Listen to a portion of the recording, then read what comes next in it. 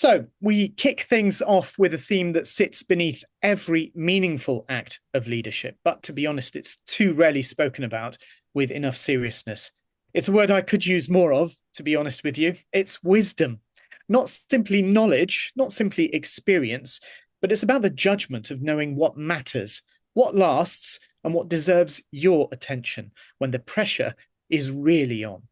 Our first speaker invites us to think about leadership through the lens of wisdom, not just what we know, but how we judge what matters most. He's been in the trenches of corporate leadership within Fortune 500 companies, where he's seen both the challenges and the pathways to success. Master leadership coach Rishad Ahmed is now leading with wisdom. Rishad.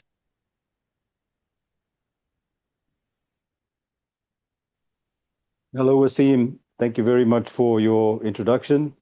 And thank you for explaining what wisdom is. Bob, thank you so much for hosting this incredible event. And I'm very glad to be part of it. I was overwhelmed when the first early chatbots were released. And it was a couple of years ago where I came to know about the early chatbots, and I felt something churn in me. And I thought humans were not ready for what's about to come with the development of AI. I love technology. In fact, my whole background is with technology. So I approached it with confidence. But I also looked at the progress of social media and technology and how humans have become so automated in the process.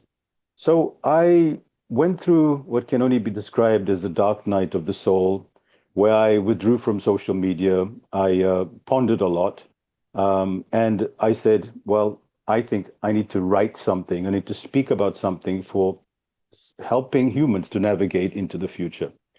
So I ended up writing a book called Leading with Wisdom. I started writing it and had no expectations. As I went along writing it, I managed to explore various themes and thinking about many things as human beings, where we are, where we were, and where we're going. And I believe that in the leadership domain, leadership has become a lot about algorithms, data, and not enough about feeling, about emotion, and about connecting with our people. Now, we know algorithms are wonderful. Chatbots are amazing and probably helped a lot of us write the scripts that we're presenting here today.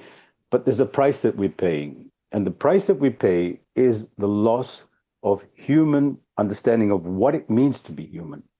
So let me ask you a question. What does it mean to be human for you? And to a lot of people, that sounds like a ridiculous question. But let me ask you, what separates you from a machine? The reason we need to ask this question is because we need to say where machines come in handy, where algorithms come in handy, and where humans are most important. And it's not us versus them, machine against humans at all. In fact, it's us forgetting what it means to be human. So part of my exploration was, do we know what it means to be human? So let's talk a little bit about what it means to be human. We talk about intuition, this knowingness, something that tells us if something is right or wrong, something within us, the ability to sense, to perceive, to know before data presents itself. I was recently in a boardroom and I looked at people staring at the screen. They looked at the dashboard, nobody was having conversations. And that alarmed me because what makes us essentially human is our ability to communicate and have differing opinions. And we know recently we found a lot with the chatbots confirming your opinion and basically hallucinating and confirming that what you know is already the truth. So what ends up happening is our ability to perceive the broader picture is narrowing. And that started quite a long time ago. So what we have is a very reductive view of looking at the world. We've mastered the art very successfully and very usefully to bring everything down into small little bites and narrow our view instead of seeing the whole. And there's the left brain and the right brain, the different parts of us. Now, if you look at an algorithm in the chatbot and the people that write it, it's very much left brain. So very much facts, figures, very useful, extremely useful. Then we have the right side of the brain, which brings in the total picture.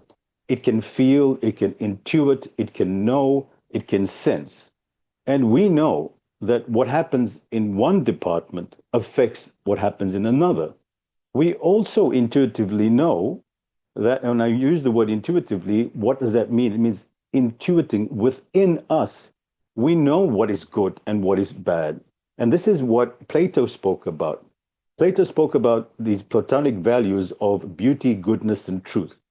Beauty, goodness, and truth are something that's so fundamental to being human. The other thing that we need to not forget is that AI can mimic human behavior. And humans, if they're not careful, become more like machines. So then people talk about AI becoming sentient, which doesn't concern me at all, because what concerns me is that humans could even pose this question and feel threatened by this question, because we don't know what essentially makes us human. And having a soul, having the ability to know what is purpose, what is meaning, what is truth, is fundamentally important to what it means to be human. So we have to understand a type of thinking is called a calculative type of thinking, which reduces everything to small bits. It doesn't see how parts are interconnected. So what we end up doing through this is we look at everything, and you see it even in our what we do with health and what we do with wellness and how we eat, and it's all very purpose driven. And I bring in a concept that Heidegger, famous philosopher from the 70s, spoke about, which is meditative thinking. So it's a state of being. So instead of you seeing the forest as trees to be consumed, and instead of you seeing people in your company as disposable assets on a spreadsheet, we pause and we realize that we need to embody a state of being. So in my book and in my seminars, I teach leaders how to be still. You see, wisdom doesn't shout, it doesn't scream, it doesn't say, listen to me. You look at my 5 points. Look at how I've got all the solutions, because our attention spans have become that of 30 seconds. We are in now what we call the attention economy. So wisdom is quiet. It pauses, it breathes, it doesn't act immediately. It can look at the data, it can, and this is for leaders. You look at the data, you feel, you allow, and we have these amazing abilities within us. Technology, interestingly enough, the ability, we have our brain, which is wonderful, and then we have our hearts, and then we have our gut, and there are neurons, over 500 million neurons in our gut alone.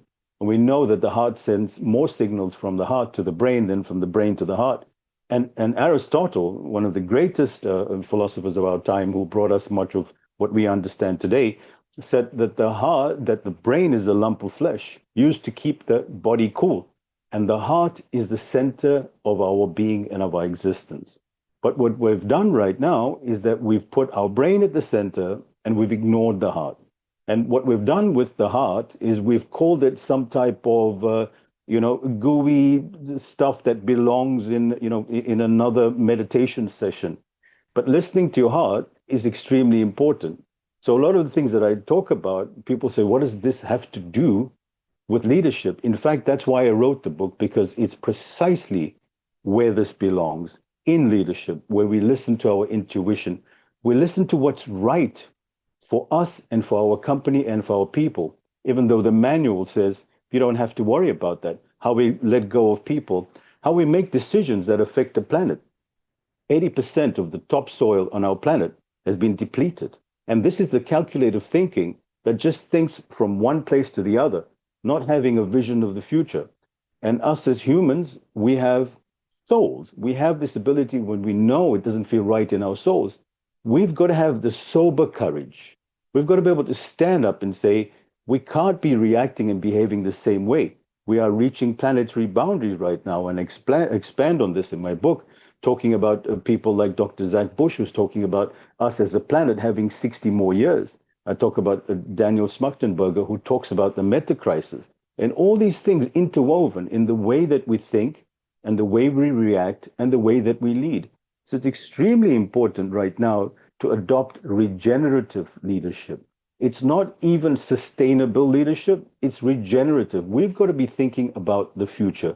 We've got to be planning for our children. We've got to look at how we're leading and governing for the future and for the present and for the planet, and how everything that we do is interrelated. Because what we find right now is people being in silos. So they'll say, well, you're in accounting and you're in technology, and the two of you never talk to each other. And that's the old method. And that came out of the Industrial Revolution, where everybody became, cogs in a wheel. But we know companies have changed, and the way that we engage on an everyday, day-to-day basis has changed dramatically. And when we start reaching planetary boundaries, it is not a case of, do we slow down? Do we pause? Do we decide on whether to implement this technology or not? It becomes paramount for the future of the same company that you're working for. So it's not about retaining jobs. It's about courage, sober courage, to recognize the role that you have and to listen deep within your soul and realize that the responsibility that you have is of a gardener tending to a field. And your job is not to simply complete numbers and get paid at the end of the month. It's to take on the role as a regenerative leader, restoring the future and protecting the current place that we are right now as a people and as a planet. And it all starts with the way that we think and the way that we being and how we engage. So if we take a moment for a second and we pause and we say, what does my mind say about this? What does my brain say about this? What does my heart say about that?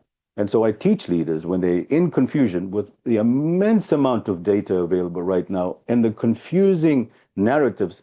How does a leader act, whether to implement the technology or not implement the technology, right? What do we have as technology within us to be able to make a decision?